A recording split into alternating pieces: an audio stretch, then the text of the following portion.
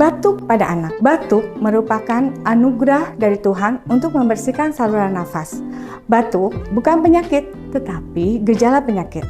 Bila batuk terus-menerus, Mams harus memperhatikan. Pertama, banyak minum air putih. Yang kedua, minum obat pelancar batuk, bukan penekan batuk. Jika batuk terus-menerus, Mams harus bawa ke dokter anak ya, untuk mengatasi gejala penyakitnya. Salam sehat.